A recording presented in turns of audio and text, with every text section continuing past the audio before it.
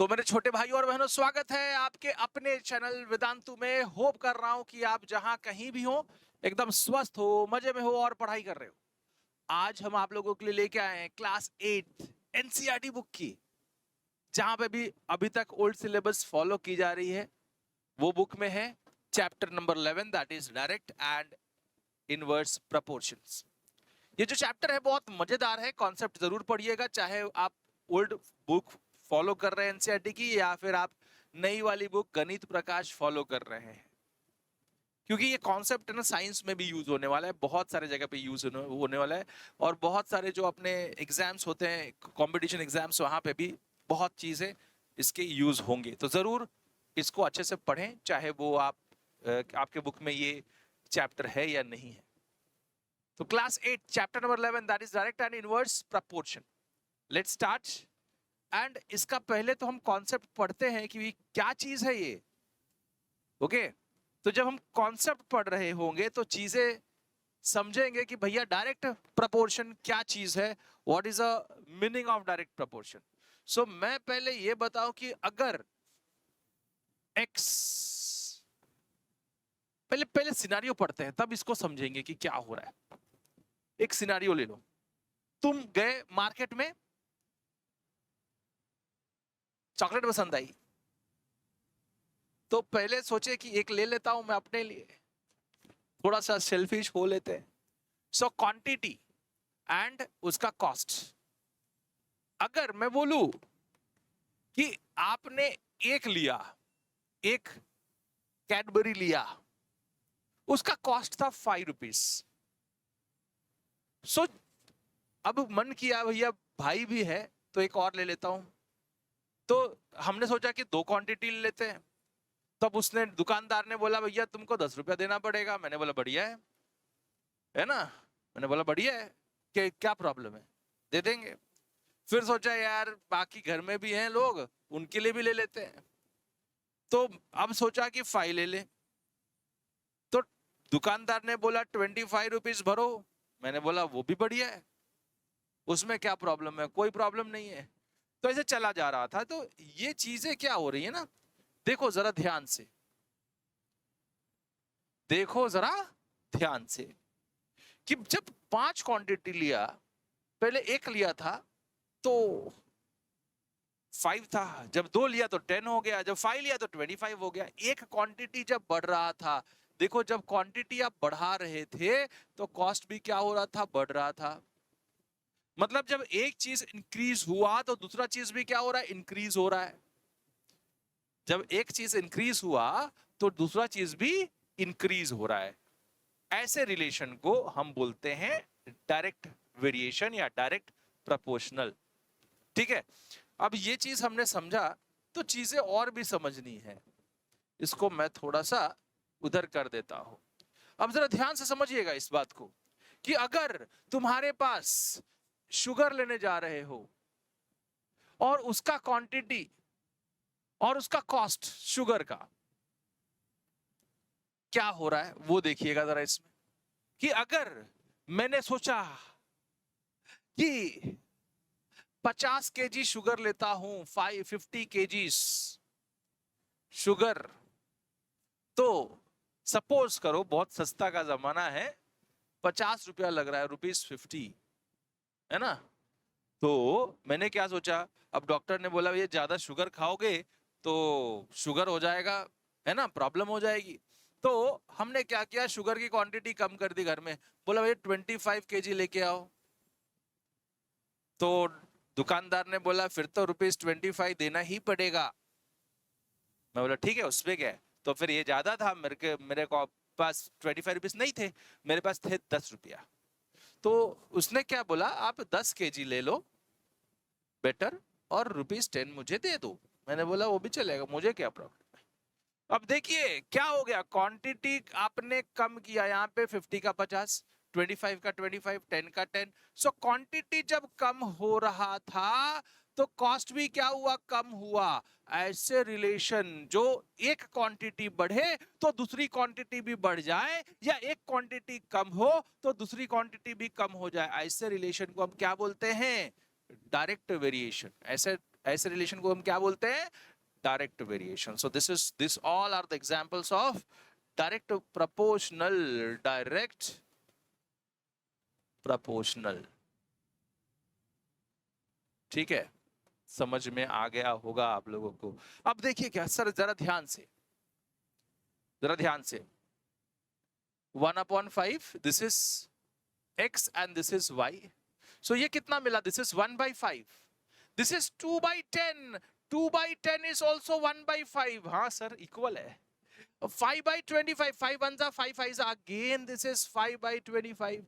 So x1 will be upon, this is x1, this is y1. So x1 upon y1 is equal to x2 upon y2 is equal to x3 upon y3. हाँ sir, ऐसा ही हो रहा है.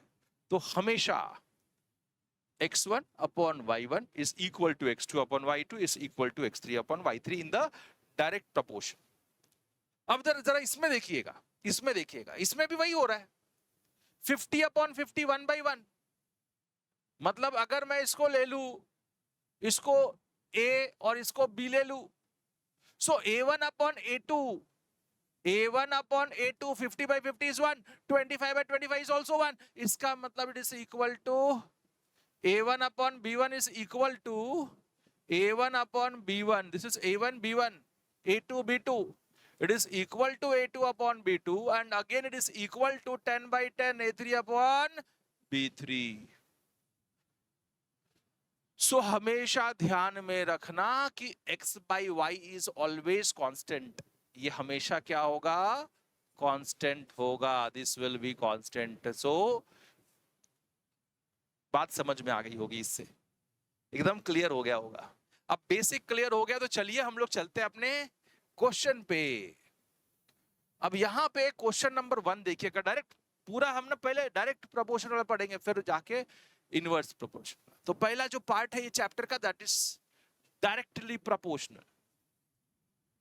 Following are the car parking charges near a railway station up to 4 hours का 60 rupees. 4 hours का कितना है? 60 rupees. तो 4 hours, this is a1 a2. So 4 hours a1 upon, this is, अगर सपोज करो ये a है ये b है, सो a1 अपॉन b1 will be equal to 4/60.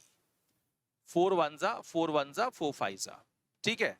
अब देखो a2 by b2, a2 by b2 दिख रहा हूं. सो 8/100, 8/100. सो चीजें क्या हो रही हैं? बोला है check the parking charges are in direct proportion to the parking time. So क्या ये डायरेक्ट प्रोपोर्शन में है या नहीं है, ये हमको बताना है. तो हमको तो पता है ना, a1 by b1 should be equal to a2 by b2 should be equal to a3 by b3 is should be equal to a4 by b4. सब कांस्टेंट होना चाहिए. लेट अस सी. हाँ, अब ये this is 4 2s are 8, 4 2s are 8, 4 then 5s are 20. So 2 1s are जाता नहीं है, मतलब ये 2/25 आया. क्या इक्वल है? क्या नहीं है इक्वल. तो चलिए देखते हैं अब इसमें क्या हो रहा है. इसमें यही हो रहा है कि a1 by b1 का रेशो a2 by b2 के रेशो से इक्वल नहीं है. तो जब भी ऐसा इक्वल नहीं आए तो इसका मतलब क्या हो गया कि a एंड b दोनों डायरेक्ट वेरिएशन में है नहीं. हमको तो डायरेक्ट वेरिएशन में होने के लिए क्या कंडीशन हमने पढ़ा कि a1 by b1 should be equal to a2 by b2, it should be equal to a3 by b3. जितना भी हो जाए तो सारे रेशियोज क्या होने चाहिए? कांस्टेंट होने चाहिए. इक्वल कांस्टेंट नहीं है, इक्वल नहीं है. देयरफॉर जो पार्किंग का टाइम है और चार्जेस है, they are not in direct proportion. So this charges, parking charges and time are not in direct proportion. ठीक है, ठीक है, चलो. तो ये बात समझ में आ गई होगी बहुत सिंपल तरीके से. अब हम समझते हैं ये, अगर ये समझ में आ गया तो कुछ उसके कॉन्सेप्ट और एनहेंस करते हैं और क्वेश्चन करते हैं इसके. अब देखिए क्वेश्चन देखिए. A mixture of paint is prepared by mixing 1 part of red pigment with 8 part of base in the following table. अब देखो एक पेंट है जो पिगमेंट और बेस से बना हुआ है, तो 1 part of pigment red pigment लगता है, उसमें 8 पार्ट ऑफ बेस डाला जाता है, तब जाके एक पेंट बनता है। तो 1:8 का रेशियो है, इसका मतलब ये है सीधा सीधा। सो दिस इज, सपोज करो इसको आप लोग ने नाम डाल दिया R, इसको आपने नाम डाल दिया R, this is R and this is suppose करो कि दिस इज बेस, तो B, ठीक है। अब ये नाम, इसका वैल्यू जो निकालना है X, Y, Z and W, तो वी नो दैट कि जब भी ऐसा हो रहा है कि बेस देखो जितना 1:8 का रेशियो तो दिया ही है, तो जितना पेंट बढ़ाओगे, जितना पिगमेंट बढ़ाओगे, उतना बेस बढ़ाना पड़ेगा। तो डायरेक्ट वेरिएशन में तो ये है ही 100%, कोई प्रॉब्लम नहीं है। अगर ये डायरेक्ट प्रोपोर्शन में है, सो R1 upon R2, R1 upon B1, sorry, the R1 upon this is B1. So R1 upon B1 will be equal to R2 upon B2. अब R1 upon B1 दिया हुआ है, this is 1/8 equal to R2 is 4 part out of B2 is X, जो निकालना है हमको। So this is by relation of direct proportion। ये कहां से आया? डायरेक्ट प्रोपोर्शन का रिलेशन से आपने लिखा। Cross multiplying 1 into X will be 1X, 8 4s are 32। तो जब भी 4 pigments of red pigment use करोगे, 4 parts of red pigment use करोगे, तो आप 32 पार्ट्स ऑफ बेस का यूज करोगे। ठीक है, ठीक है। अब हमको X निकाला, वैसे Y और Z भी निकाला। एक आपको होमवर्क दूंगा, आप लोग जो होमवर्क दूंगा उसका आंसर जो है वो कमेंट सेक्शन में जरूर लिखिएगा। लेट अस सी 1/8। अगेन अगर मैं देखूं तो this is R1 upon B1, so this is R1 जो दिया है वो पहले लिखो, R1 upon B1 और एक अननोन रेशियो। सो एक अननोन रेशियो मींस ये तो निकाल लिया आपने 7 upon Y, मतलब this is R2 upon B2, R3, sorry this is R3 third part, so R3 upon B3, so this is what, this is constant, मतलब ये इक्वल रहेगा। तो ये लिखा कहां से आपने? डायरेक्ट प्रोपोर्शन के रिलेशन से लिखा। अब R1 कितना है? 1 part out of base B1 is 8 part, so it is equal to R3 is 7 upon B3 is Y, R3 upon B3। Again cross multiplying same way, so Y into 1 will be Y equal to 8 7s are 56। so आप जब red pigment 7 part use करोगे तो उसका base का 56 part use करना पड़ेगा ताकि ये पेंट बने। वैसे ही अगर मैं बोलूं कि R1 upon B1 should be equals to, R1 upon B1 should be equals to, अब मुझे Z निकालना है, तो this is R4 upon this is B4, so R4 upon B4। Again this is direct proportion का relation से। R1 is what? 1 by B1 is 8, so R4 is 12 upon B4 is Z। Cross multiplying Z into 1 will be Z equal to 8 12s are 1 not, नहीं, तो this is 96, 12 8s are 96, so ये आया अपना Z equal to 96। तो जब भी आप 12 parts of red pigment use करोगे, आप 96 पार्ट्स ऑफ बेस यूज करोगे।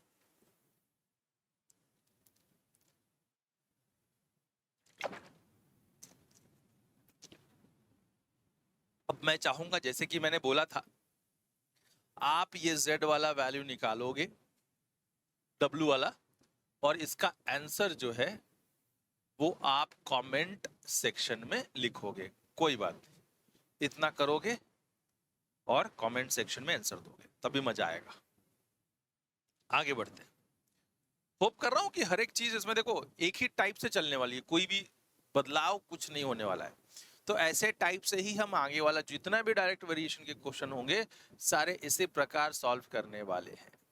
अब देखिए नेक्स्ट क्वेश्चन क्या है।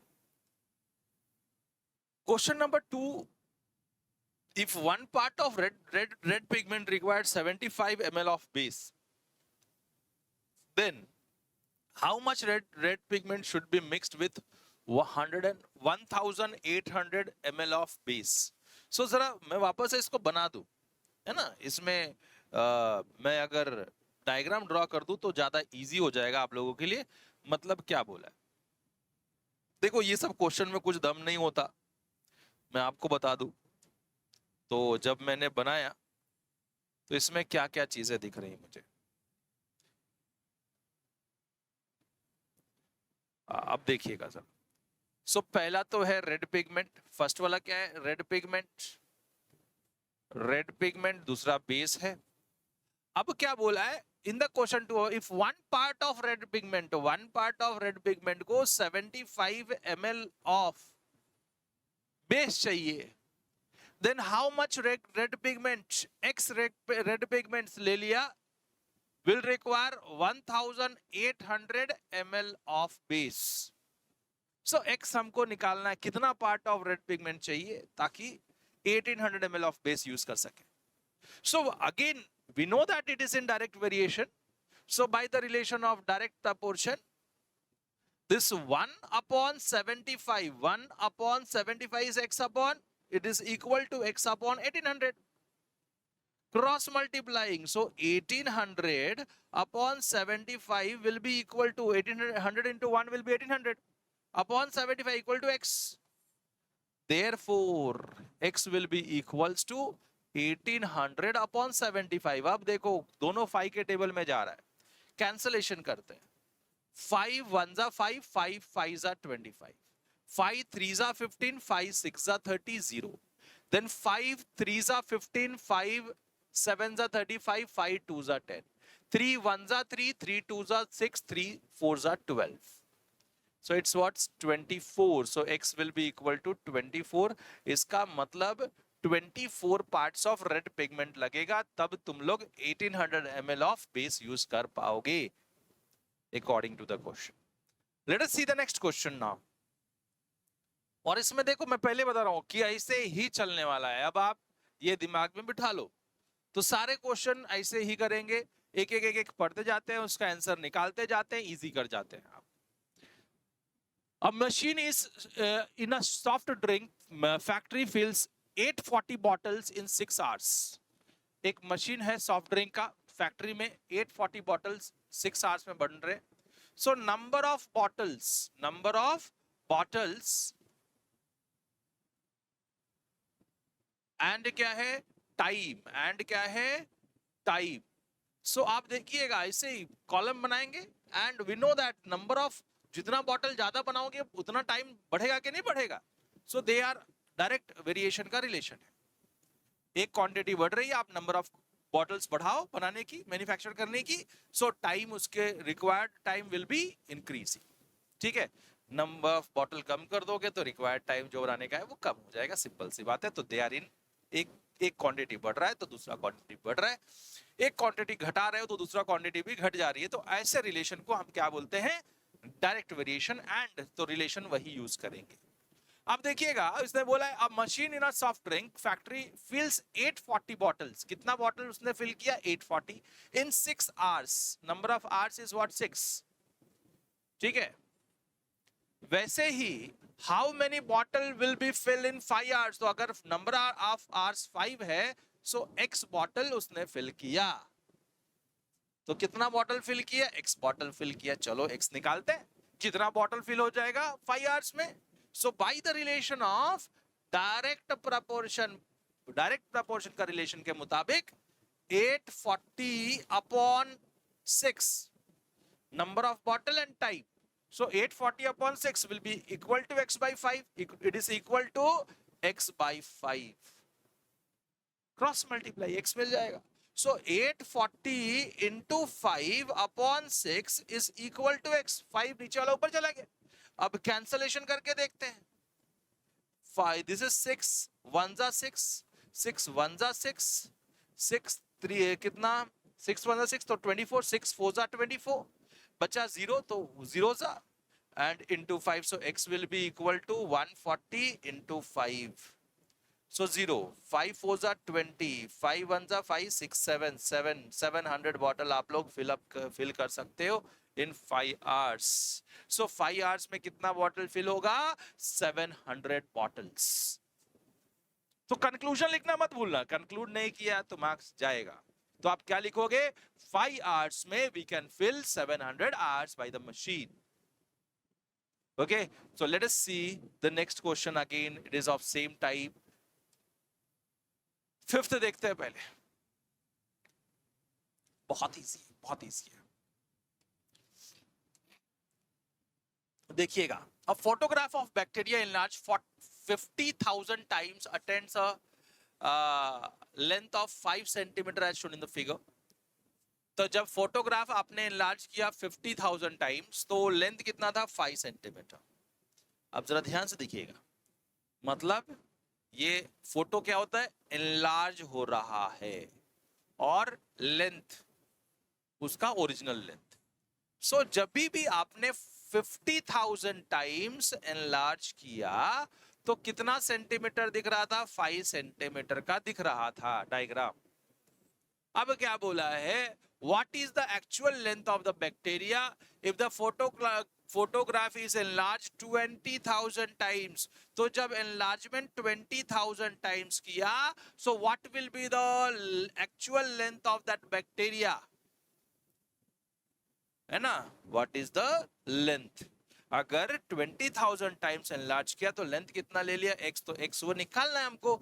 सो अगेन जितना एनलार्ज करोगे उतना उसका साइज डायग्राम में भी बढ़ेगा। तो एक क्वांटिटी बढ़ाओगे तो दूसरा क्वांटिटी भी बढ़ेगा, जितना उसको डिमिनिश करोगे मतलब एनलार्जमेंट कम करोगे तो डायग्राम में भी उसका एनलार्जमेंट कम होते जाएगा, लेंथ कम होते जाएगा। सो मतलब रिलेशन कैसा, एक क्वांटिटी बढ़ रहा है तो दूसरा क्वांटिटी बढ़ रहा है, एक क्वांटिटी कम हो रहा है तो दूसरा क्वांटिटी भी कम हो रहा है। ऐसा रिलेशन को हम क्या बोलते हैं, direct variation, that is direct proportion. अब अगर ऐसा है तो bye the relation of direct proportion this E1 by L1 should be equal to E2 by L2। इसका मतलब 50,000 upon 5 should be equal to 20,000 upon x, cross multiply तो x इधर चला जाएगा, 50,000 into x will be 5 into 20,000। बात समझ में आई।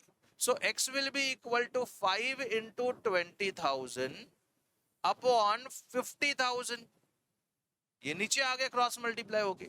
अब क्या क्या कैंसिल हो रहा है देखो, 4 0 के साथ, 5 और 5 के साथ। So x will be equal to 2 centimetre. So enlargement जो था फोटोग्राफ में वो कितना होता, 2 सेंटीमीटर का होता।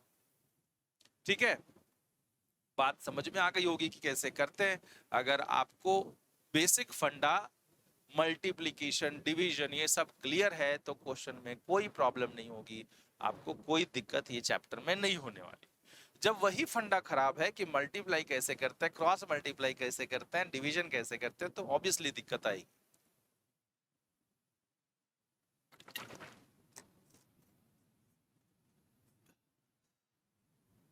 देखते हैं नेक्स्ट क्वेश्चन, सिक्स्थ वाला क्या बोल रहा है। In a model of a ship the mast is 9 centimetre high. तो शिप का मास्ट जो है वो 9 सेंटीमीटर हाई है, while the mast of actual ship is 9 metre high. तो एक मॉडल शिप है एक, तो मैं देखो ये यूज करता हूं अलग। सो मॉडल का लेंथ और एक्चुअल शिप का लेंथ, मॉडल एंड एक्चुअल। तो जरा ध्यान से देखिए क्या बोला है, मॉडल में क्या बोला है। A model of a ship of the mast is 9 centimetre high. Model में जो मास्ट है वो 9 सेंटीमीटर का है, एंड एक्चुअली जब 9 सेंटीमीटर था तब उसका 12 मीटर हाई है mast. So actual height is 12 metre. वैसे ही उसने क्या बोला कि if the length of the ship is 20, जो मास्ट है, मास्ट का length is 28 metre, how long the model ship is. तो अगर मैं बोलूं कि एक्चुअल शिप कितना बोला है, 28 मीटर का है, अगर ये एक्चुअल वाला 28 मीटर का है तो मॉडल में कितना होगा, that you have to find out x again. जो अननोन है उसको x ले लो, and we know that ship में एक चीज बढ़ाओगे तो दूसरा चीज बढ़ेगा, सब चीज प्रोपोर्शनेट होगा ना फिगर में। एक्चुअल शिप का हर एक पार्ट और शिप का हर एक पार्ट एक ही रेशियो में नहीं होगा तो क्या होगा, अलग अलग दिखेगा ना। तो हर एक चीज प्रपोर्शनेट होती है। तो जैसे मॉडल है और एक्चुअल शिप में सब कुछ बड़ी बड़ी होगी। मास्ट बड़ी है तो इधर का मास्ट क्या होगा, मॉडल में छोटा होगा। तो उसके हिसाब से बाकी भी होंगे। तो एक चीज बड़े कम हो रहा है तो हर एक चीज कम होगा सेम प्रपोर्शन में। इसका मतलब क्या है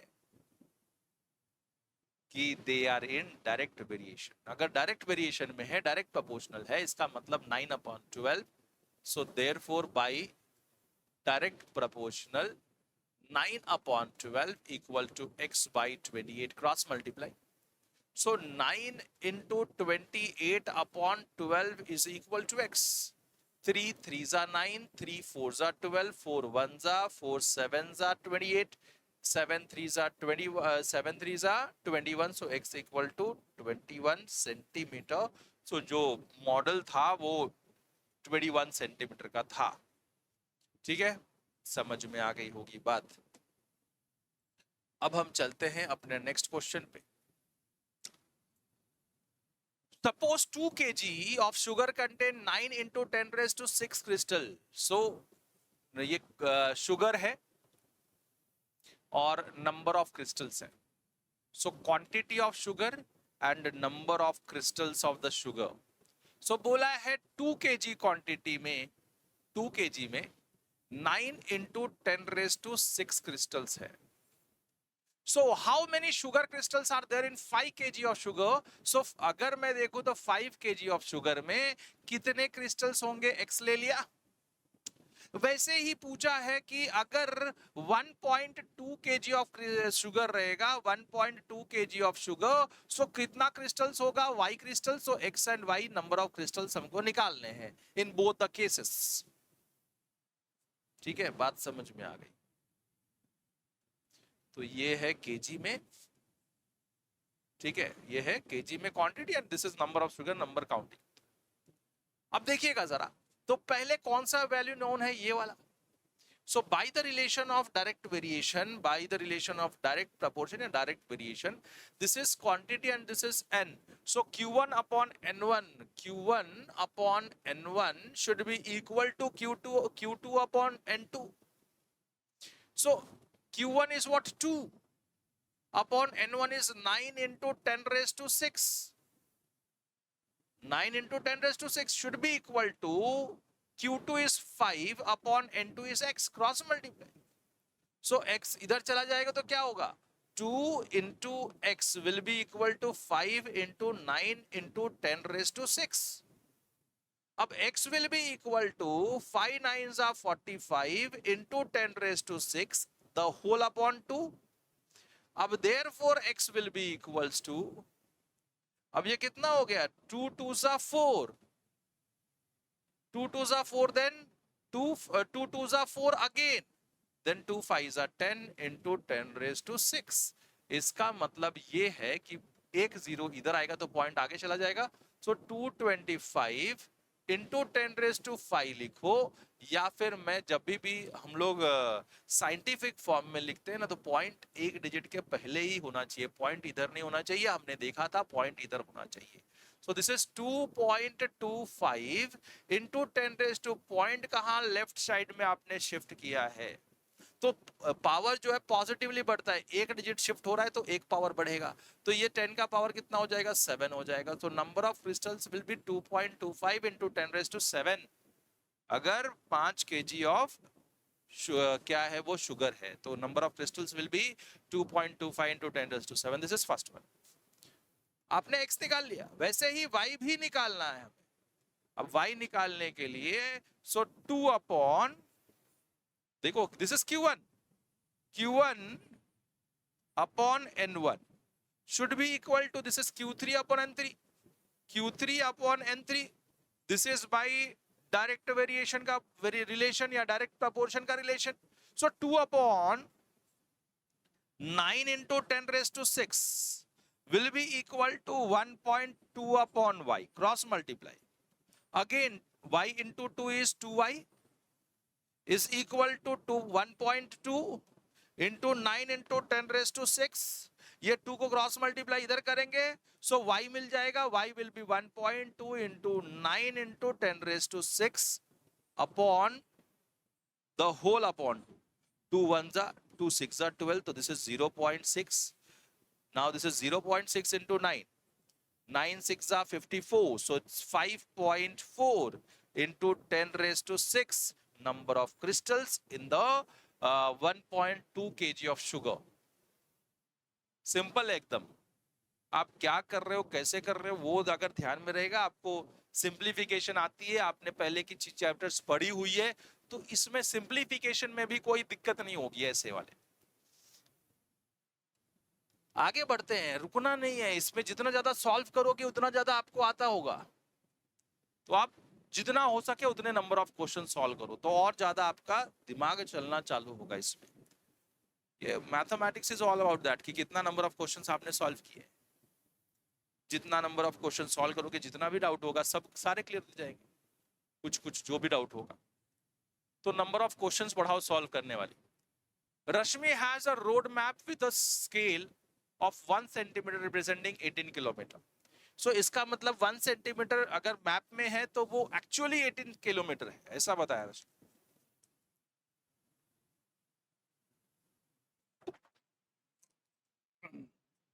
अगर 2 सेंटीमीटर होगा तो 18 टू द 36 किलोमीटर हो जाएगा एक्चुअली. सो एक चीज बढ़ रहा है तो दूसरा क्वांटिटी बढ़ रहा है. ऑब्वियसली ये क्या हो रहा है, डायरेक्ट प्रोपोर्शनल का साइन है. So this is a relation of direct proportion या direct variation. Again देखते हैं 8th क्वेश्चन को. रश्मि has a road map with a scale of 1 centimetre. So ये मैप है और ये एक्चुअल है, एक्चुअल डिस्टेंस. मैप में सेंटीमीटर में है और एक्चुअल डिस्टेंस किलोमीटर में. इसका मतलब ऐसा है, ठीक है, बहुत सिंपल सा. तो Rashmi has a road map with a scale of 1 centimetre. तो 1 सेंटीमीटर का है तो कितना दिख रहा है वो 18 किलोमीटर दिख रहा है. कितना दिख रहा है 18 kilometres. She drives on the road for 72 hours. 72 kilometre नहीं किलोमीटर. सो रोड पे अगर वो 72 किलोमीटर जाती है तो मैप में वो कितना दिखेगा, दैट विल बी x. तो again we have to find out the value of x. बस काम खत्म, इतना कर दिया तो हो गया. अब x निकालना है, मतलब मैप पे कितना वो 72 किलोमीटर मैप पे कितना दिख रहा है, कितना सेंटीमीटर दिख रहा होगा, that we have to find out. So 1 by the relation, ऐसा लिखो, by the relation of direct proportion या डायरेक्ट वेरिएशन. आप क्या लिखोगे कि this 1 upon 18 should be equal to x upon 72 cross multiply. तो 1 into 72 upon 18 is equal to x. 2 9s are 2 3s are 6, 2 6s are 12, 9 1s are 9 4s are. So x will be equal to 4 centimeters में होगा, बराबर ना. x is what? Distance of 72 kilometers on the map and that is equal to 4 centimeter. बहुत simple है, ऐसे ही करते जाने वाले हैं. आपको देख के ही पता चल जाएगा, सोच के ही जब आप लिखोगे तो पता चल जाएगा कि क्या कर रहे हो, डायरेक्ट वेरिएशन कर रहे हो कि नहीं कर रहे हो. आगे देखते. 9th क्वेश्चन क्या बोला है. A 5 meter 6 centimeter high pole. पोल का लेंथ कितना है, हाइट कितना है, that is 5 meter 60 centimeter. Cast a shadow of 3 meter 20 centimeter. Find at the same time the length of the shadow cast by the another pole 10 meter 50 centimeter high and the height of the pole which cast a shadow of 5 meter long. तो देखो सब centimetre में भी दिया हुआ है. तो मैंने बताया सेंटीमीटर मीटर जब भी ऐसा दिया रहेगा ना, सबको एक यूनिट में होना पड़ेगा. देखो कैसा, मतलब देखते हैं फिर बताते हैं. सो पोल का एक्चुअल हाइट एंड शैडो का हाइट. तो pole 5 meter 60 centimeter high vertical pole, तो पोल है और उसका शैडो है. तो पोल का कितना है 5 meter एंड 60 centimeter. इसने शैडो कितना बनाई है 3 मीटर एंड 20 सेंटीमीटर। अब देखो, find at the same time the length of the shadow cast by the pole 10 metre. Length of the shadow निकालना है, पोल का हाइट कितना है 10 मीटर एंड 50 सेंटीमीटर। और फिर सेकेंड वाला क्या बोला है, the height of the pole which cast a shadow of 5 metre long. Shadow is what 5 metre, then what is the actual height of that pole?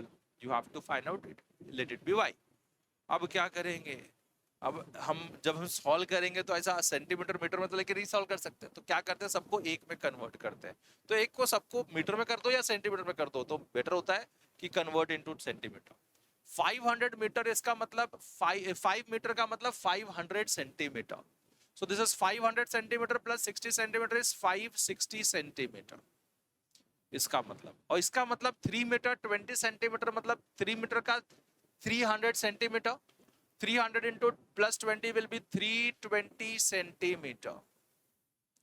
वैसे ही इसको भी मैं देखूं, so 10 metre 50 centimetre, 10 metre means what 1000 centimetre, 10 into 100 is 1000, so 1000 plus 50 is 1050 centimetre. Similarly 5 metre यानी कि 500 centimetre. सबको आपने सेंटीमीटर में कन्वर्ट कर दिया, जब कर दिया तो सॉल्व करना बहुत इजी हो गया। अब कैसे, so this pole is what 560 centimeter upon shadow is 360 is equal to this is 1050 upon x, cross multiply, so x into this तो डायरेक्टली करूं x इधर आ जाएगा, therefore x will be equal to 1050 into 360 upon 560। 320 था, आपने देखो ये लिखने में गलती है ना, बहुत लोग ऐसे कर जाते हैं। ऊपर 320 लिखा था हमने तो 320 लिखो, ठीक है। अब देखो कैंसलेशन जब हो गया तो कैंसलेशन करते हैं। जब कैंसलेशन करेंगे तो कितना होगा 1010 गया।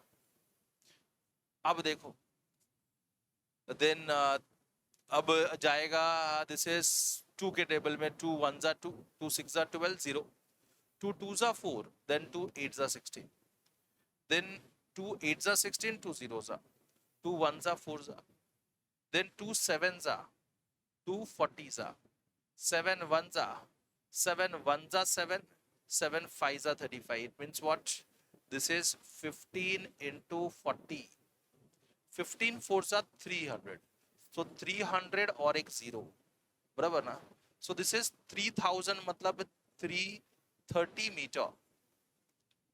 so जब ऐसा था कि ये पोल का लेंथ 10 मीटर 50 सेंटीमीटर था तो शैडो का लेंथ इज 30 मीटर था। शैडो का लेंथ कितना मिला हमको 30 मीटर मिला, एक्स का वैल्यू कितना मिला 30 मीटर मिला ना। सो एक्स इज व्हाट। तो चलिए अब हम देखते हैं 9th क्वेश्चन, बहुत इजी है। A 5 meter 60 centimeter high vertical pole cast a shadow of 3 meter 20 centimeter। तो मैं लिखता हूं, पहले जो डेटा है वो लिख ले। तो 5 मीटर एंड 60 सेंटीमीटर ये पोल का लेंथ है, दिस इज पोल एंड एक है शैडो। सो पोल ने पोल का हाइट अगर 5 मीटर 60 सेंटीमीटर है तो वो शैडो कितना बना रहा है, cast a shadow of 3 metre 20 centimetre long.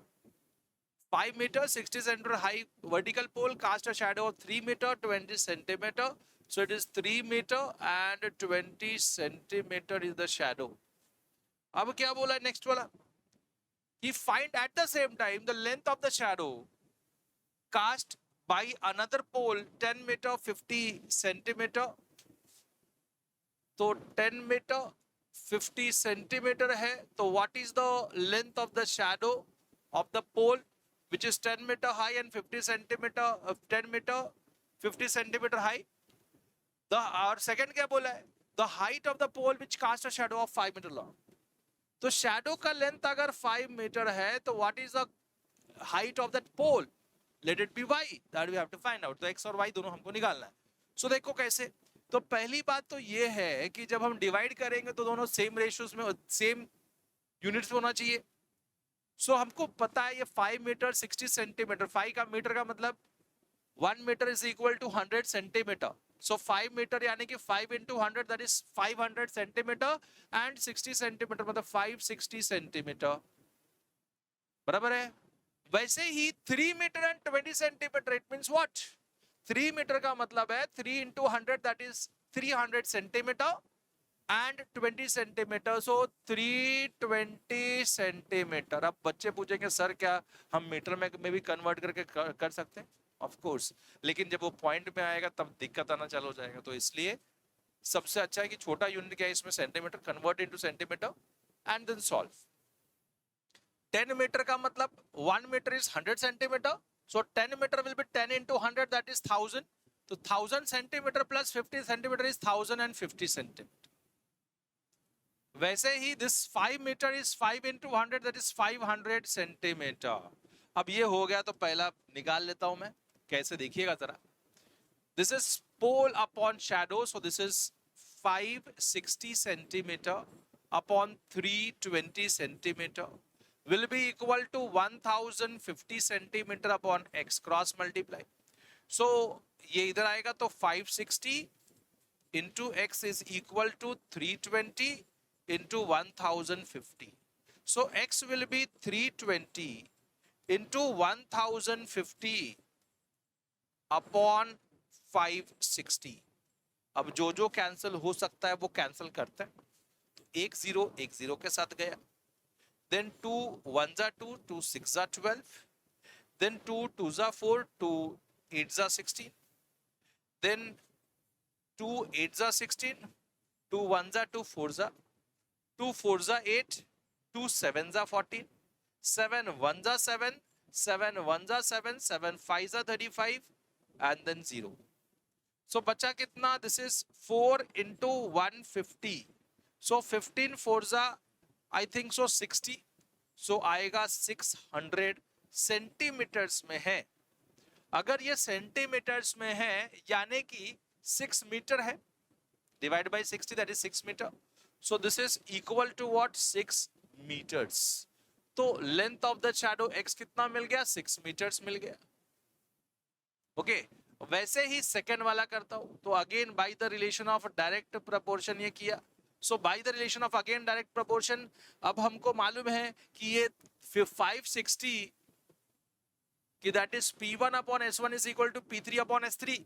So 560 upon 320 will be equal to y upon 500. So this y will be equal to 560 into 500 upon 320. ये हो गया तो वापस से कैंसलेशन. So 0 0 गया. 2 1s are 2 6s are. Then 2 2s are 4, 2 8s are 16. 2 8s are 16. 2 14s are. 2 4s are.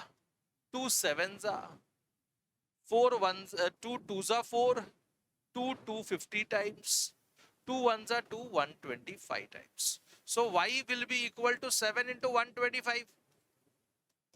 तो 7 5s are 35, 7 2s are 14, 14 plus 3 will be equals to 17, 7 7 8.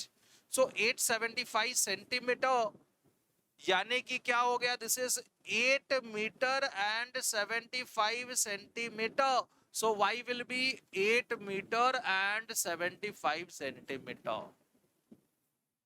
बहुत easy हो गया कि नहीं हो गया? अब इससे इजी क्या चाहिए?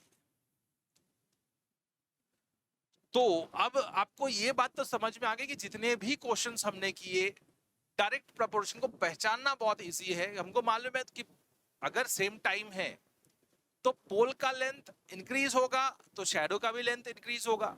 पोल का लेंथ हाइट सेम कम करोगे तो शैडो की भी लेंथ कम हो जाएगी. इसका मतलब कि ये डायरेक्ट प्रोपोर्शन में था और वही हमने कॉन्सेप्ट यूज कर लिया.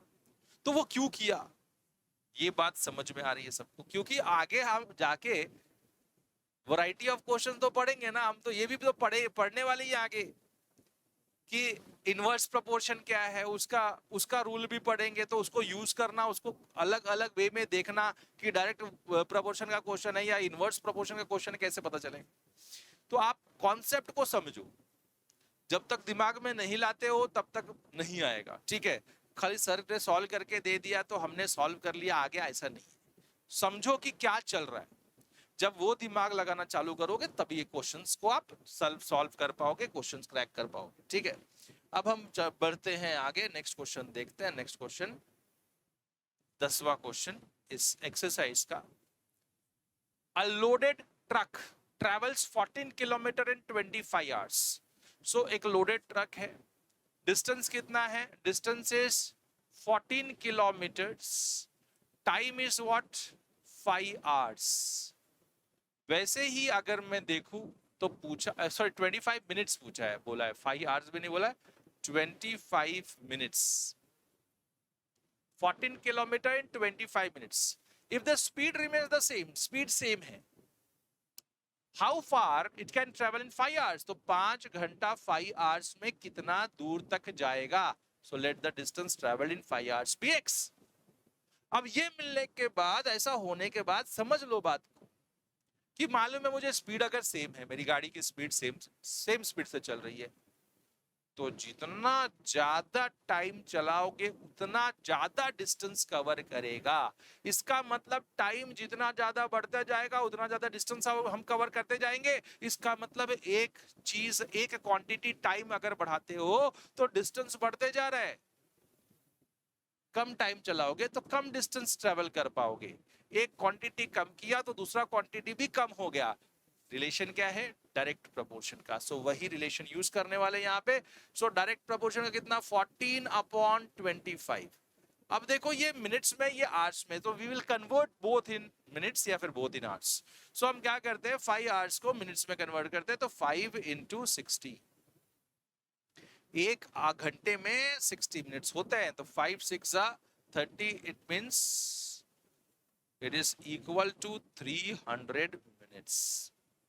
सही है, हाँ सर सही है। So distance 14 upon time 25 minutes is equal to x upon 300. Cross multiply, so 14 into 300 upon 25 is equal to x. 5 5s are 25, 5 6s are 30. 5 1s are 5, 5 1s are 5, 5 2s are 10. So x will be 14 into 12. आपको इसका shortcut मैंने बताया था कि shortcut way में कैसे multiply करें। सो कैसे करेंगे भाई, सो 14 और 12 जिसका यूनिट प्लेस 1 है, तो 4 2s are 8 लिख दिया। देन इन दोनों का एडिशन 4 + 2 is 6, देन इनका multiplication 1 1s are 1, so it's 168। किसमें है, सब किलोमीटर्स है, तो ये किलोमीटर्स। सिंपल हो गया।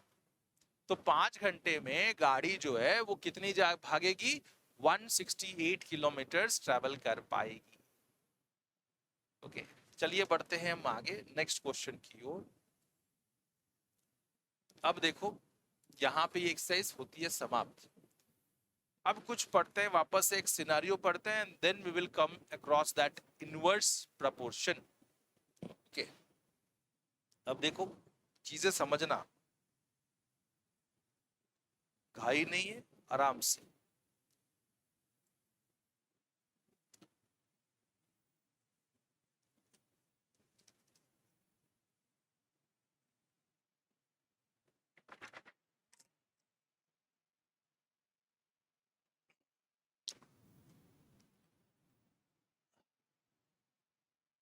This is your home and this is your school.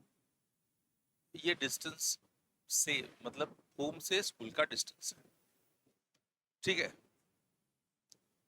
अब मुझे घर से स्कूल जाना है, मैं जब पैदल चल रहा हूं, स्पीड सपोज करो, स्पीड एंड टाइम है ना, तो स्पीड सपोज करो 1 किलोमीटर पर आवर है, 1 किलोमीटर इन 1 आवर, 1 घंटे में 1 किलोमीटर में चलता हूं, तो speed is 1 kilometre per hour. तो टाइम जाने में मुझे सपोज करो कि 1 घंटा लगता है, 1 आवर्स लगते हैं, 60 मिनट्स लगते हैं। ठीक है, वैसे ही जब मैंने क्या किया, स्पीड बढ़ाई, साइकिल से जा रहा था, तो साइकिल का स्पीड था 2 किलोमीटर्स पर आवर। तो स्पीड तो बढ़ गया, डिस्टेंस उतना ही कवर करना है, स्पीड बढ़ गया, तो टाइम जो है वो घट जाएगा। कितना से घट गया भाई? 60 का 30 मिनट्स में पहुंच गए, बहुत जल्दी पहुंचे, है ना, आधा घंटा कम कर लिया हमने। अब क्या हो गया, पप्पा एक दिन पहुंचाने चले गए। पप्पा ने बोला भाई तेरे को ना मैं, मेरा कार जो है वो सपोज कर 4 किलोमीटर्स पर घंटे के हिसाब से खटारा कार चला रहे पप्पा। तो 4 किलोमीटर प्रति घंटा के हिसाब से कार चला रहे थे, एकदम धीरे धीरे मजे लेके। ठीक है, तो टाइम जो है वो उसको लगा 15 मिनट्स, टाइम और कम हो गया। फिर एक एक क्या किया मैंने कि एक बुलक कार्ट से जाने का हमने सोचा। दिस इज वॉकिंग बाय पैदल, walking, this is by bicycle and this is by car. अब एक बार क्या हो गया, सुबह सुबह उठे, घोड़ा गाड़ी मिल गया, तो वही घोड़ा गाड़ी या बुलक कार्ट से हम जा रहे थे, मजा आ रहा था। तो उसकी स्पीड जो है वो सपोज करो 3 किलोमीटर्स प्रति घंटा थी, 3 किलोमीटर पर आवर के हिसाब से वो चला रहा था। तो जब 3 किलोमीटर पर आवर के हिसाब से चला रहा था, तो इसको कितना लगा, सपोज करो 20 मिनट्स या 30 मिनट्स में पहुंच गया। 30 मिनट्स में ये पहुंचा था, तो ये 20 मिनट्स में पहुंचा।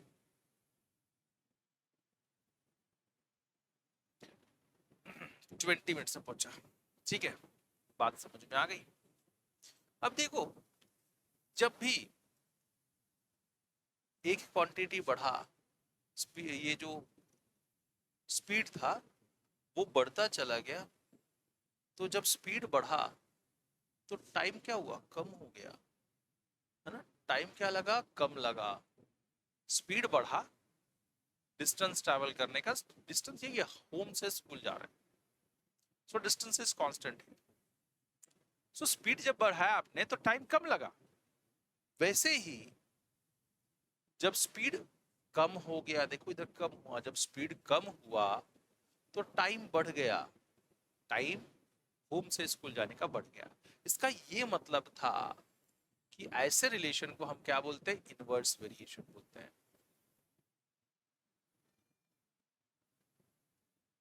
इनवर्स वेरिएशन या इनवर्सली प्रोपोर्शनल। ठीक है, तो आप बोल सकते हो इनवर्सली प्रोपोर्शनल या इनवर्स वेरिएशन। बात समझ में आ गई होगी कि एक क्वांटिटी बढ़ा, उससे क्या हुआ, उसके साथ साथ दूसरा क्वांटिटी घट गया। एक क्वांटिटी घटा तो दूसरा क्वांटिटी बढ़ गया। ऐसा रिलेशन होगा दो क्वांटिटी के बीच में, तो ऐसे क्वांटिटीज को हम, ऐसे रिलेशन को हम क्या बोलते हैं, इनवर्स प्रोपोर्शन। पहले वाले में क्या हो रहा था, एक क्वांटिटी बढ़ रहा था, दूसरा क्वांटिटी भी बढ़ रहा था, है ना, वो डायरेक्ट वेरिएशन। तो जब भी ऐसा है ना, तो देखो 1/60, 1 into 60 is 60, 160 is a 60, this is x1, this is y1, this is x and y, पहले x और y, this is x and this is y। तो जब x into y देखा, x into y देखा, तो क्या मिल रहा है, x1 y1, 1 into 60 is 60, then x2 into y2 देखा, तो 1 into 30 is again 60। जब x3 into y3 देखा, 4 15s are 60, so x3 into y3 is also 60, x4 into y4 again 60, x4 into y4 is 60। इसका मतलब x1 into y1, x1 into y1 should be equal to x2 into y2, should be equal to x3 into y3, should be equal to x4 into y4, and that is equal to what, constant। तो ऐसे relation जब भी inverse proportion होगा तो product is always constant.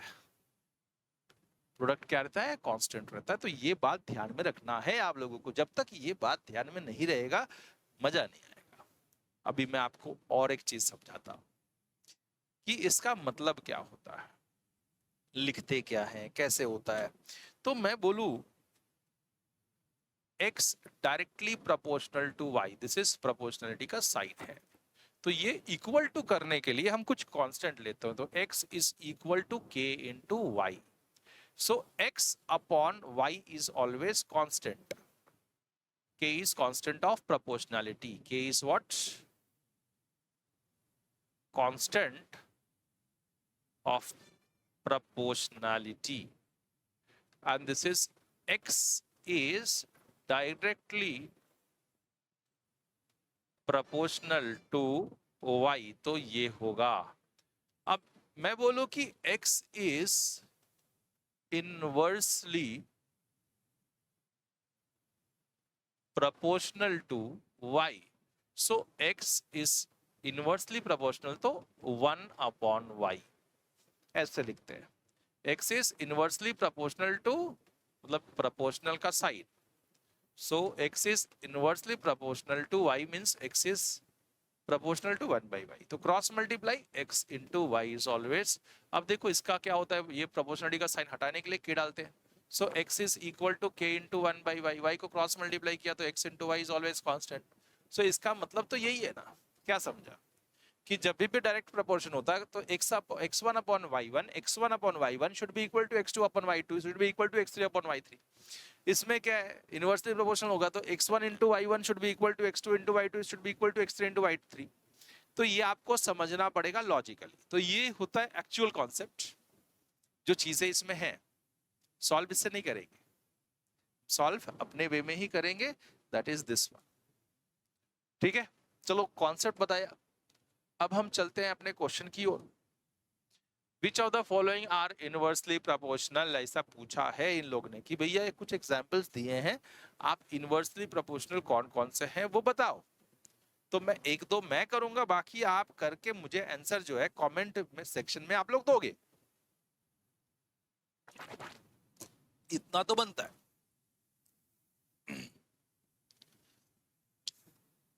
The number of workers on a job and the time to complete the job। अब क्या हुआ देखो, सोचो जरा, एक फिक्स जॉब है, तो अगर दो वर्कर मिलके वो जॉब 4 घंटे में करते हैं, 4 आवर्स में, तो अगर मैं नंबर ऑफ वर्कर्स बढ़ा दूं, 4 कर दूं, तो टाइम तो 2 घंटे में ही पूरा हो जाएगा ना। अगर मैं 6 कर दूं तो, अगर मैं 6 कर दूं या कर देता हूं 1 पॉइंट, ये नंबर ऑफ वर्कर्स और बढ़ा दिया, 8 कर दिया, तो ये 1 घंटे में ही कर देंगे। इसका मतलब क्या है कि नंबर ऑफ वर्कर्स बढ़ाओगे तो जॉब कंप्लीट होने का टाइम कम हो जाएगा।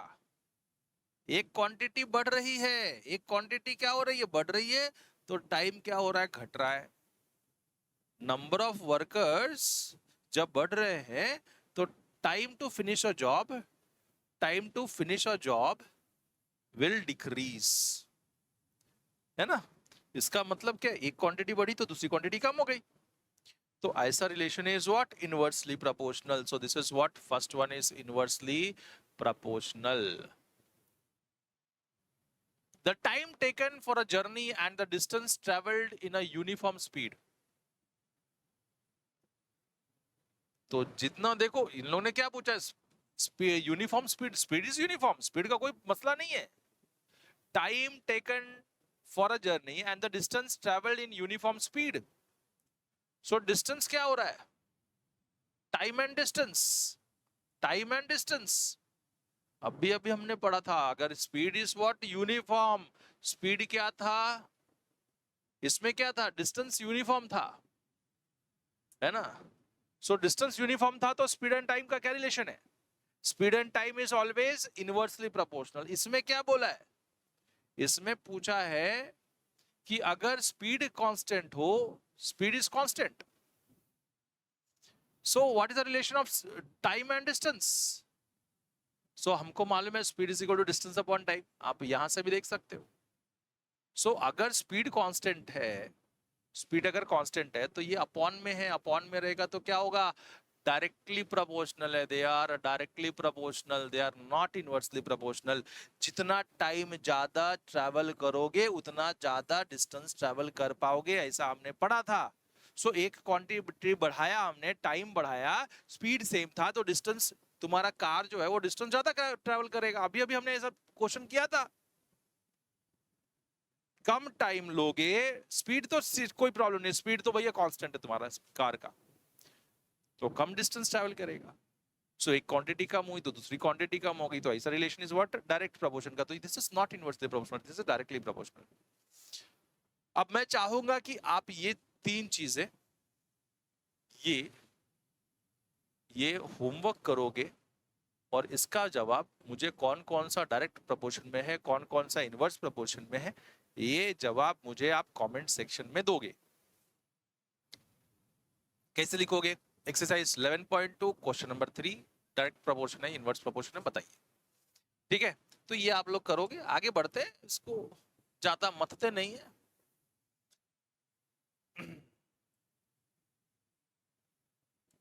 अब यहां पे देखिए क्वेश्चन नंबर 2। अच्छा है, इंटरेस्टिंग क्वेश्चन है, मजा तो जरूर आएगा। In a television game show, the prize money is 1 lakhs is divided equally among the winners. Complete the table and find whether the prize money given to the individual winner is directly or inversely proportional. तो आप देख रहे हो क्या हो रहा है। Winner एक जन था तो एक जन को 1 लाख रुपया मिला। विनर 2 हुआ तो हर एक को 50-50 मिला। क्या हुआ? मतलब प्राइस मनी कम होते जा रही, जितना नंबर ऑफ विनर्स बढ़ेंगे उतना प्राइस मनी कम होते जाएगा। इसका मतलब दे आर इनवर्सली प्रोपोर्शनल। एक क्वांटिटी बढ़ रहा है, नंबर ऑफ विनर्स बढ़ रहे हैं, लेकिन प्राइस मनी क्या हो रहा है, डिक्रीज हो रहा है।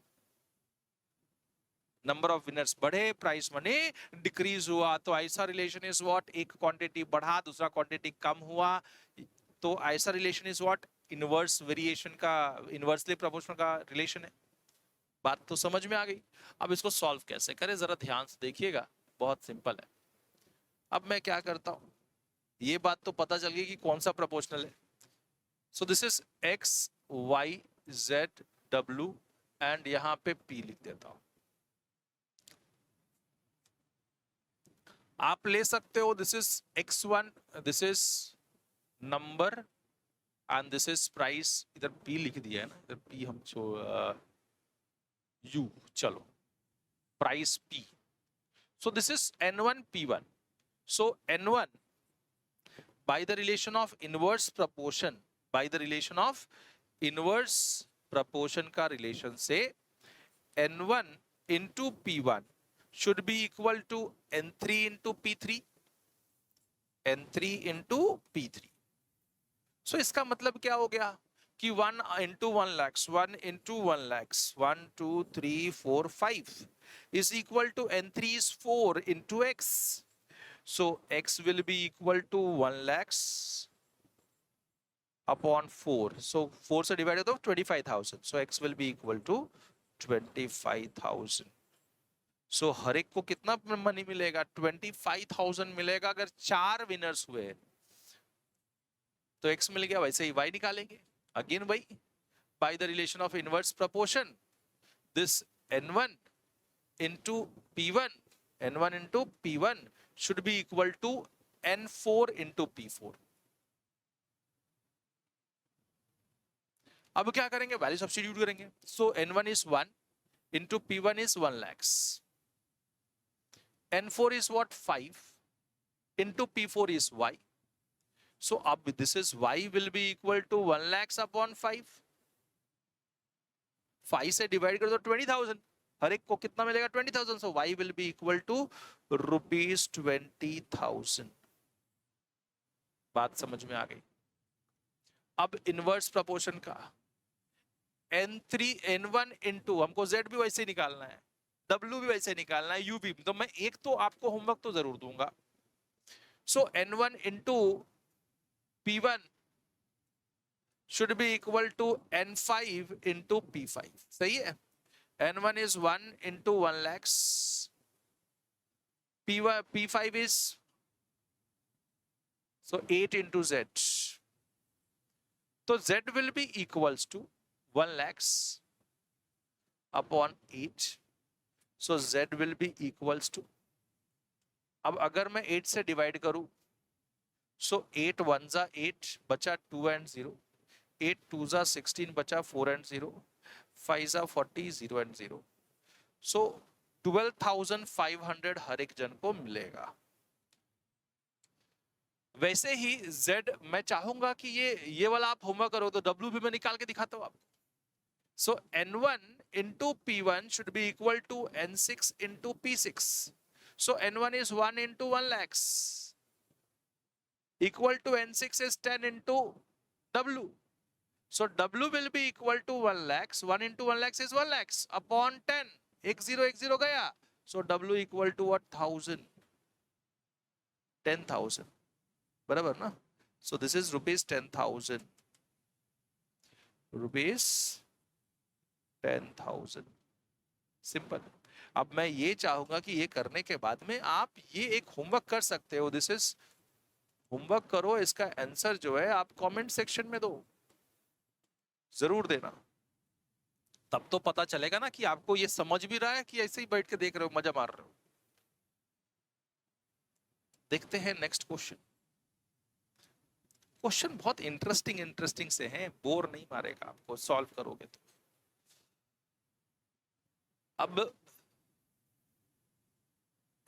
अब देखते हैं इसको. Number of spokes and angle between the pair of consecutive spokes. So number of spokes are 4. So जब 4 है तो angle between consecutive spokes is what? 90. तो number of spokes बढ़ाएंगे तो भैया angle कम होते जाएगा, है ना? सिंपल सी बात है. So number of spokes and angle between the consecutive spokes, angle is always will be in inverse variation. एक बढ़ेगा तो दूसरा कम होने वाला है. सो देखो, देखते ही क्वेश्चन देखते ही पता चल जाना चाहिए कि क्या करना है. अभी वापस से फिल इन द ब्लैंक्स में करना है. सो ये चार्ट कंप्लीट करना, तो इसको x ले लिया, y ले लिया, z ले लिया. दो मैं करूंगा, आपको एक करना ही है. आंसर जवाब देना ही है आंसर में, comment section. So we know that, इसलिए 2 क्यों दिया है? ताकि आपको समझे कि क्या करना है. अब देखो, एक क्वांटिटी क्या हुई? बड़ी. नंबर ऑफ स्पोक्स बढ़ा. एंगल बिटवीन देम इज क्या हो गया? कम हो गया. तो इससे ये बात पता चल जाता है ना कि हाँ ये इनवर्स वेरिएशन में है. तो इनवर्स वेरिएशन तो निकालो. तो एक बात ये बात तो पता चली, तो चलो सॉल्व करते हैं. सो this is n1 by the inverse variation. n1 into a1 should be equal to n3 into a3. This is third part. So n1 is what? 4 into a3, a1 is what? 90.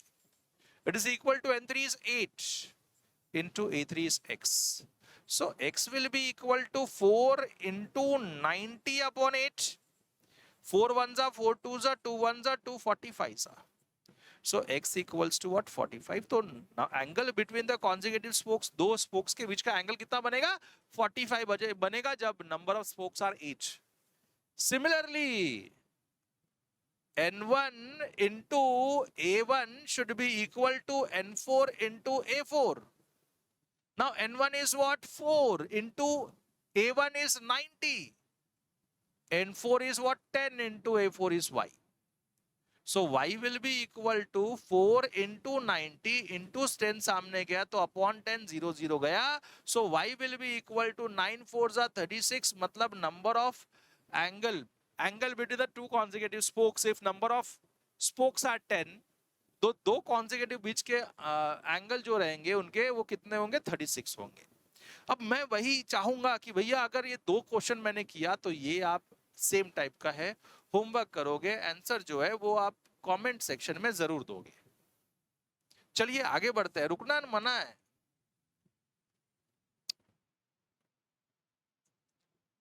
Are the number of spokes, अब देखो question कुछ दिया उसके ऊपर based.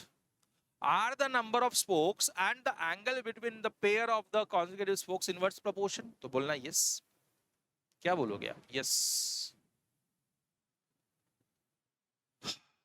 Calculate the angle between the pair of consecutive spokes on the wheel if 15 spokes are there. तो number of spokes कितना दिया है? Number of spokes is 15. Number of spokes and angle. तो number of spokes अगर 15 है तो angle is हम लोग ले लेते हैं अपने मर्जी से, क्या ले लूं, पी ले लेता हूं, चलो। उसके बाद में बाकी तो दिया ही है उन लोग ने कि नंबर स्पोक्स अगर 4 होगा so angle between them is what 90. So this is 15 into p. 15 into p will be equal to 4 into 90 by the relation of inverse variation.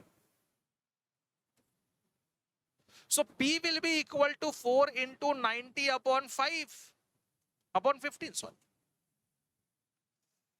15. 3 5s are 15, 3 3s are 9, 3 zeros are 5 1s are 5 6 are. So P will be 6 4s are 24. So इसका मतलब कि जो angle था between the spokes is what 24 if the angle between if the number of spokes are 50. Very good. How many spokes would be needed for the angle between the pair of the consecutive spokes is 40. So अगर मैं बोलूं कि consecutive spokes के बीच का angle अगर 40 degree है, so how many spokes are there? So let it be S spokes. So number of spokes is S. So 15 into, sorry, 4 into 90 by the relation of inverse variation. Inverse variation का relation से S into 40 should be equal to 4 into 90. Answer. So S will be equal to 4 into 90 upon 40.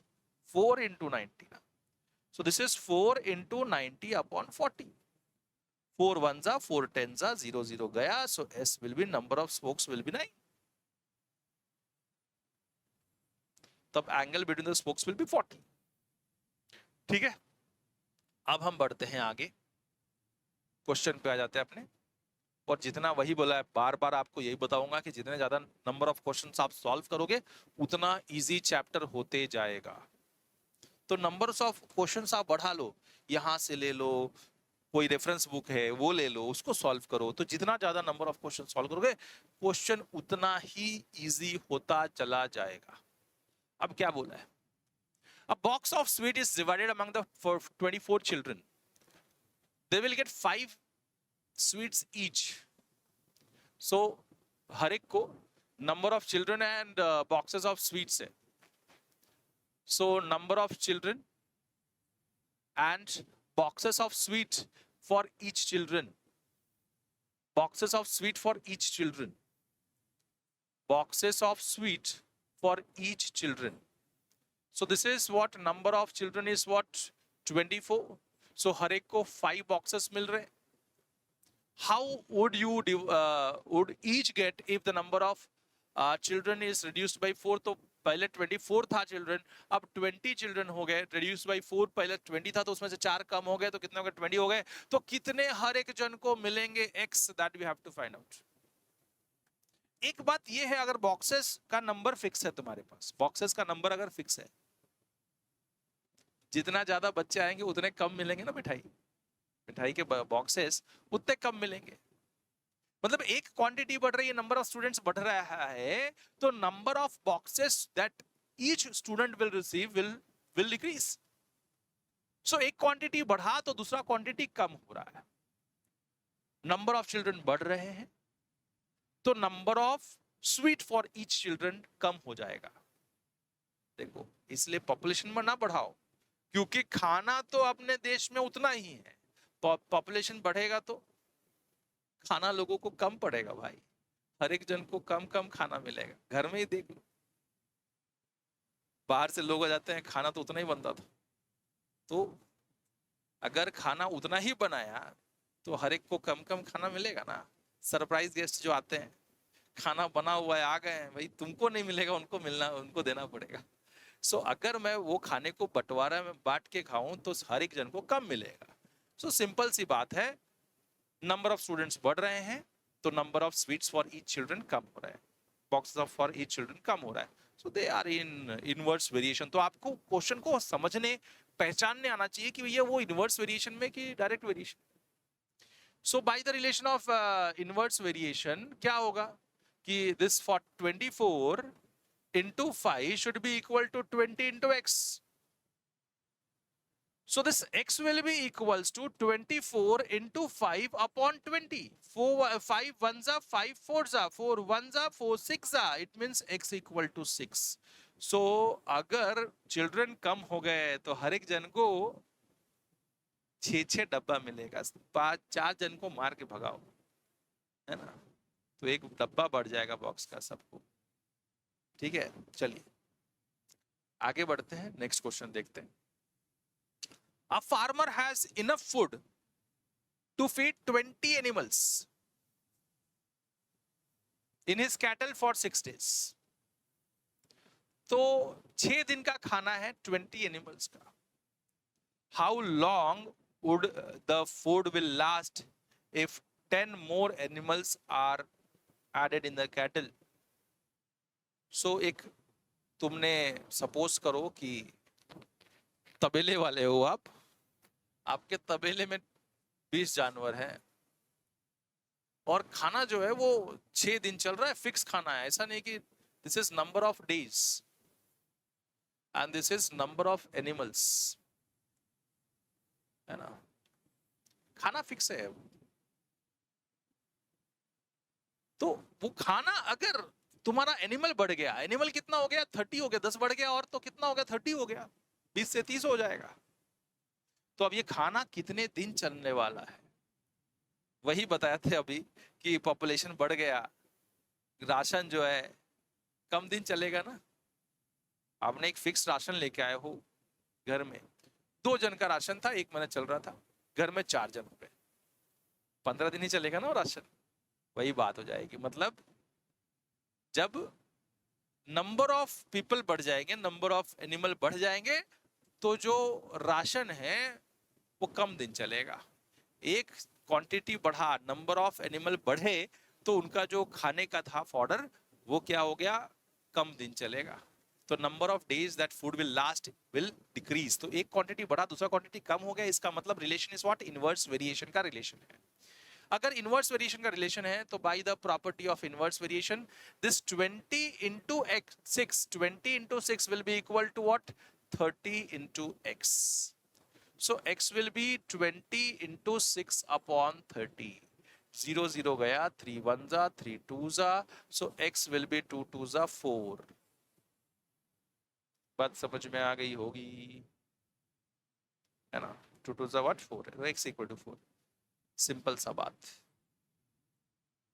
सो ये खाना जो है वो कितना दिन चलने वाला है, 4 दिन चलने वाला है. आगे बढ़ते हैं नेक्स्ट क्वेश्चन की ओर. A contractor estimates that 3 person could rewrite Jamindar's house in 4 days. If he used 4 person instead of 3, how long should they take to complete a job? एक ही जॉब है, फिक्स जॉब है, काम करना है. 3 आदमी को 4 दिन लग रहे हैं, तो 4 आदमी लगेंगे, तो 4 आदमी लगा दिए जाए वही काम करने के लिए, तो कितने दिन में वो काम करेंगे. सो नंबर ऑफ पीपल अगर आप बढ़ा रहे हो तो ऑब्वियसली नंबर ऑफ डेज क्या हो जाएगा, कम हो जाएगा वो जॉब कंप्लीट करने का. ये तो सेंस होना चाहिए, वो तो थोड़ा सा दिमाग में होना भी चाहिए, तभी तो पहचान पाओगे ना कि भाई ये क्या है, इनवर्सली प्रोपोर्शनल है. एक क्वांटिटी बढ़ गया, नंबर ऑफ पीपल बढ़ाया, तो वो काम कम करने का जो समय है वो कम हो रहा है. बात समझ में आ गई कि काम करने का जो समय था वो कम हो गया. कब, जब आपने आदमी ज्यादा लगा दिए, है ना. सो a contractor estimates that number of person and number of days to complete the job. So number of person कितने थे, 3 थे, तो कितना दिन लगा, 4 दिन लगा. नंबर ऑफ पर्सन अगर हमने 4 कर दिए तो कितना दिन लगेगा, that we have to find out, let it be x days. So इसका मतलब number of people P1 into D1 should be equal to P2 into D2. इसका मतलब 3 into 4, 3 into 4 should be equal to 4 into x. So this x will be equal to 3 into 4 upon, ये cross multiply कर दिया तो नीचे 4 चला जाएगा, 4 get cancelled off. So x equal to 3. तो क्या हो गया, अगर 4 जन वो काम करने में लगा तो 3 दिन में काम कंप्लीट कर देगा. ठीक है. हाँ सर, बहुत बढ़िया क्वेश्चन था, एकदम मक्खन जैसा क्वेश्चन था. मतलब क्या ही था क्वेश्चन में सर. अब तो हमको एकदम मास्टर हो गए हम लोग ये समझने में, ये कॉन्सेप्ट और ये क्वेश्चन ऐसे सबको करने में. इतना क्वेश्चन करने के बाद मास्टर बनना ही है. मास्टर अगर अभी तक मास्टर नहीं हुए तो क्या है, इतना क्वेश्चन कर रहे हैं, हर एक चीज समझ रहे हैं कि क्या कर रहे हैं, क्यों कर रहे हैं, कैसे इनवर्स प्रोपोर्शन में. तो फिर थोड़ा सा ऐसा है कि कुछ ना कुछ हमें लैक हो रही है, कहीं ना कहीं हम पिछड़ रहे हैं. A batch of bottle were packed in 25 boxes with 12 bottles in each box. If the same batch is packed using 20 bottles in each box, how many boxes would be filled? अब देखो, एक बॉक्स है, उसमें 12 pieces है. एक box में देखो, quantity of that जो उसके अंदर बॉटल भर रहे हो, quantity of bottle is fixed. Boxes बढ़ा दिए तो नंबर ऑफ बॉक्सेस कम हो जाएंगे जो यूज होने वाले, और बॉक्सेस कम कर दिए, बॉक्सेस छोटे कर दिए तो number of bottles in each box will be going to decrease, and that's why number of boxes will be increasing. So number of boxes, हम इसमें क्या निकालना है, number of boxes the relation है. So number of boxes and so a batch of bottle were packed in 25 boxes, 12 bottle in each box, and number of bottles in each box. हर एक box में अगर मैंने बताया कि number of boxes पहले 25 थे, जब 12 बॉटल्स हर एक बॉक्स में था, तो अगर मैंने बोला कि हर एक बॉक्स में मैं 20 बॉटल भर दूं तो कितने बॉक्सेस भरेंगे, तो हर एक बॉक्स में बॉटल्स बढ़ा दिए आपने तो नंबर ऑफ बॉक्सेस क्या हो जाएंगे, कम हो जाएंगे. एक क्वांटिटी आपने बढ़ाई तो दूसरी क्वांटिटी कम हो गई, ऐसा रिलेशन है. तो this relation is what, inversely proportional. एक क्वांटिटी बढ़ाया तो दूसरा क्वांटिटी कम हो गया. सो क्या होगा, 25 into 12, 25 into 12 equal to x into 20. So x is equal to 25 into 12 upon 20. 5 4s are 5 5s are 4 1s are 4 3s are. So x equal to 5 3s are 15. So number of boxes will be, अगर हर एक box में 20 bottle भरी जाए तो number of boxes जो बनेगा वो 20 का बनेगा, सॉरी 15 बनेगा. तो आप 15 बॉक्सेस में वो बॉटल को भर पाओगे. ठीक है. अब हम बढ़ते हैं आगे, देखते हैं और क्या question. A factory requires 42 machines to produce a number of articles in 63 days. How many machines would be required to produce the same number of articles in 54 days? देखो, नंबर ऑफ मशीन बढ़ाया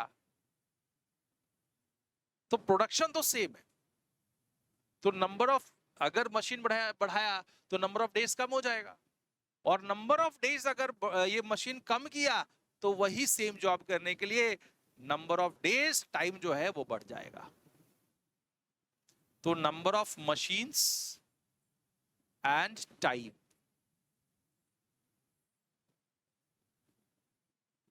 सो क्या बोला है, 42 machines हैं तो 63 days लगा. Number of days लिखता हूं, नंबर ऑफ डेज।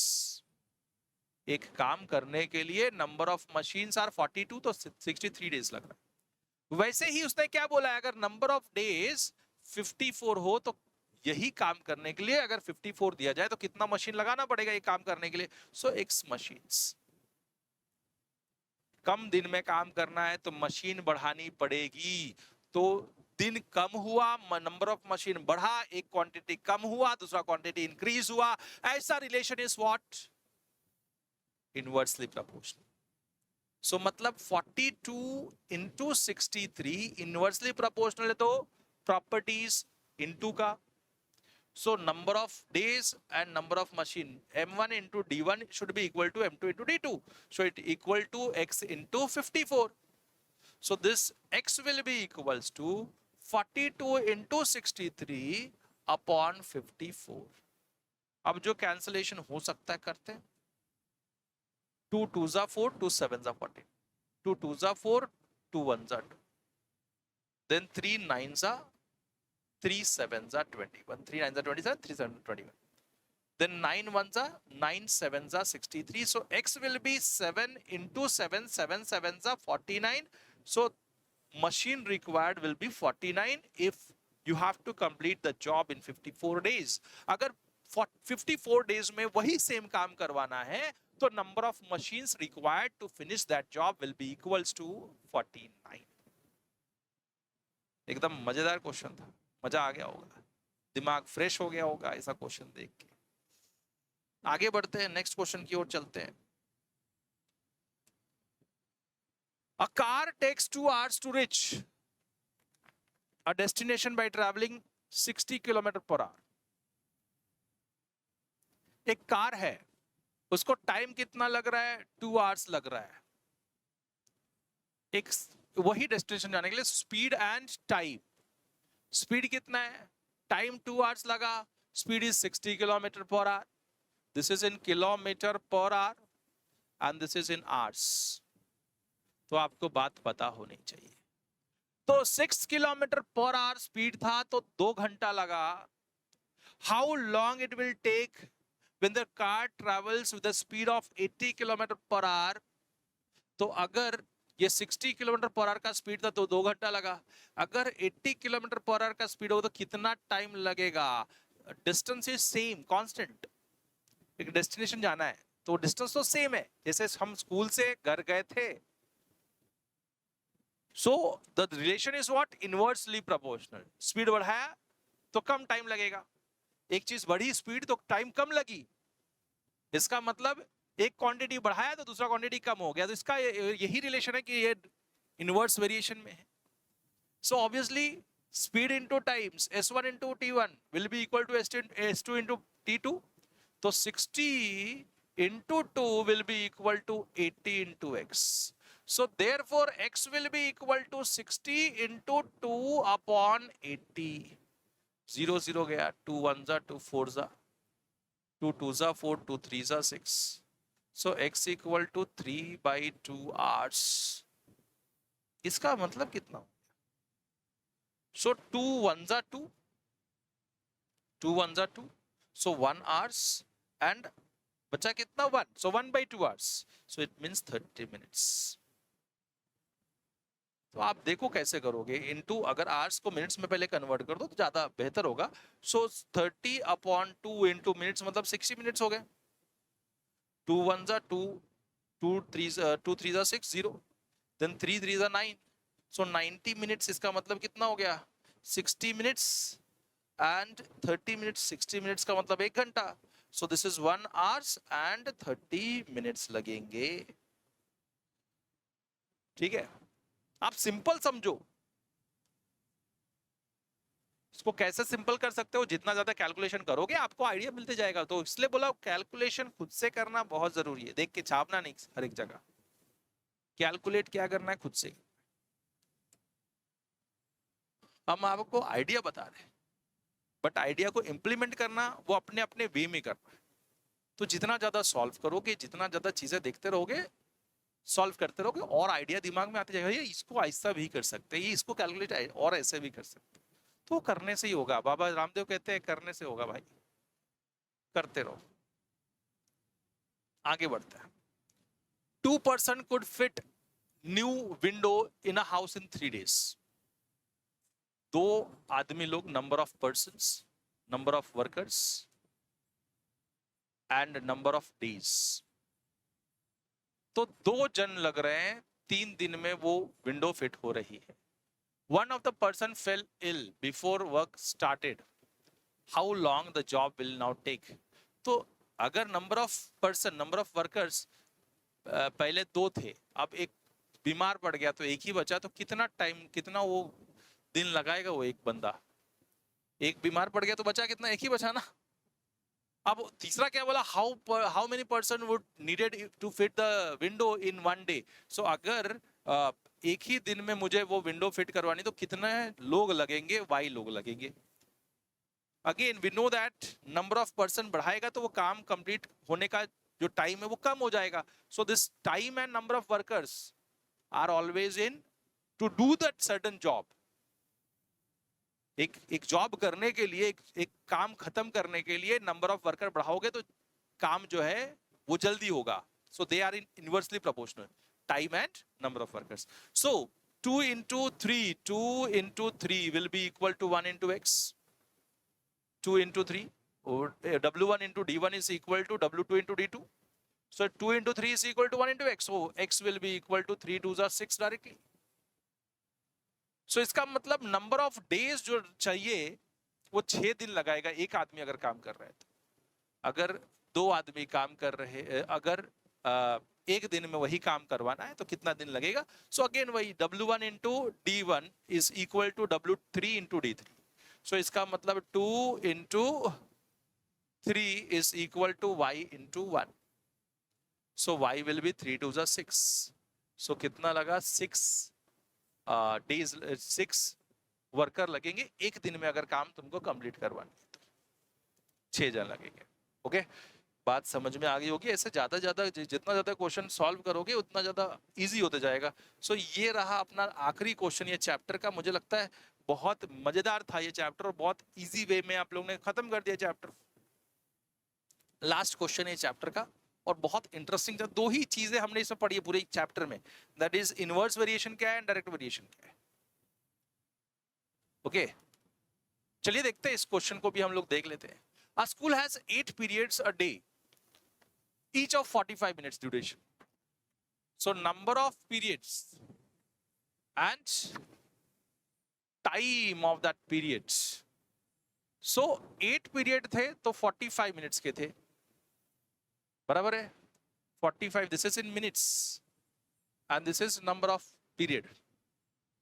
अब how long would each period be if the school has 9 periods. So अगर 9 पीरियड कर दिया जाए तो कितना टाइम का एक पीरियड होगा? ऑब्वियसली स्कूल का टाइमिंग फिक्स है, टोटल टाइम। सो ऑब्वियसली अगर मैं वो फिक्स टाइम को 9 में डिवाइड कर दूं, 9 पीरियड्स में डिवाइड कर दूं तो नंबर ऑफ पीरियड्स तो बढ़े लेकिन टाइम क्या हो जाएगा? हर एक पीरियड का time of each period will be decreasing. हर एक पीरियड का टाइम कम हो जाएगा। एक क्वांटिटी बढ़ेगा तो दूसरा क्वांटिटी क्या हो गया? सेम हो गया। दूसरा क्वांटिटी, एक क्वांटिटी बढ़ा तो दूसरा क्वांटिटी क्या होगा? कम हो गया। तो ऐसा relation is what? Inverse variation का relation. So by the property of inverse variation 8 into 45 is equal to 9 into x. So x will be 8 into 45 upon 9. 9 ones are 9, 5s are 45. Cross multiply, फिर divide कर दिया, 9 5s are 45. So 8 5s are 40 is equal to x. So हर एक period 40 minutes का करना पड़ेगा। x will be of 40 minutes, तब जाके 9 period बनेंगे। तो होप कर रहा हूं कि ये इनवर्स वेरिएशन और डायरेक्ट वेरिएशन बहुत इजी लगा होगा आप लोगों को। कुछ ज्यादा इसमें कुछ और समझाने के लिए था नहीं, लेकिन हाँ बहुत मजबूत कॉन्सेप्ट है और बहुत अच्छा कॉन्सेप्ट है। बहुत सारे क्वेश्चन जो कंपटीशन एग्जाम्स में आते हैं या अपने साइंस में भी बहुत सारे क्वेश्चंस के ऊपर बेस्ड होते हैं। तो आगे जब साइंस का न्यूमेरिकल्स वगैरह करोगे तब आपको बहुत उपयोग होने वाला है, बहुत इस्तेमाल होने वाला। तो अपने अगर बुक में है, नए बुक अगर रेफर कर रहे हो गणित प्रकाश तो वेल एंड गुड, तो भी आप इसको रेफर करके आप पढ़ सकते हो। बहुत सारी चीजें उसमें भी इसकी हैं। या ओल्ड बुक तो यूज कर रहे हो तो ये ओल्ड बुक का ही है, एनसीईआरटी का ही है, मजा आ जाएगा आपको। हर एक क्वेश्चन सॉल्व कर दिया गया है। हर एक क्वेश्चन जरूर आप लोग सॉल्व करना साथ में। जब साथ में सॉल्व करोगे तो समझ पाओगे कि भैया कहाँ पे हमारी त्रुटि हो रही है, कहाँ पे हमारी गलती हो रही है। हर एक क्वेश्चन सॉल्व करना, छोड़ना बिल्कुल भी नहीं। मैं तो चाहूंगा कि इसके एग्जाम्पल्स भी आप सॉल्व करो, एग्जाम्पल्स में भी बहुत अच्छे अच्छे क्वेश्चन होते हैं, तो जरूर एग्जाम्पल्स भी सॉल्व करने। एग्जाम्स में एग्जाम्पल्स बहुत ज्यादा पूछे जाते हैं। ओके, होप कर रहा हूँ कि सारे वीडियो में हर एक क्वेश्चन आपको समझ में आया। तो जरूर एक लाइक करना, लाइक करना बनता है, लिख देता हूँ, ये लाइक बहुत इंपॉर्टेंट होता है। कमेंट कर देना, नए हो तो सब्सक्राइब कर लो, बेल आइकन, ये जो बेल का घंटा रहता है वो बजा के जाना, ताकि अपडेट्स ऐसे ऐसे वीडियोस के मिलते रहे। मिलते हैं नेक्स्ट वीडियो में, तब तक ले गुड बाय, अलविदा।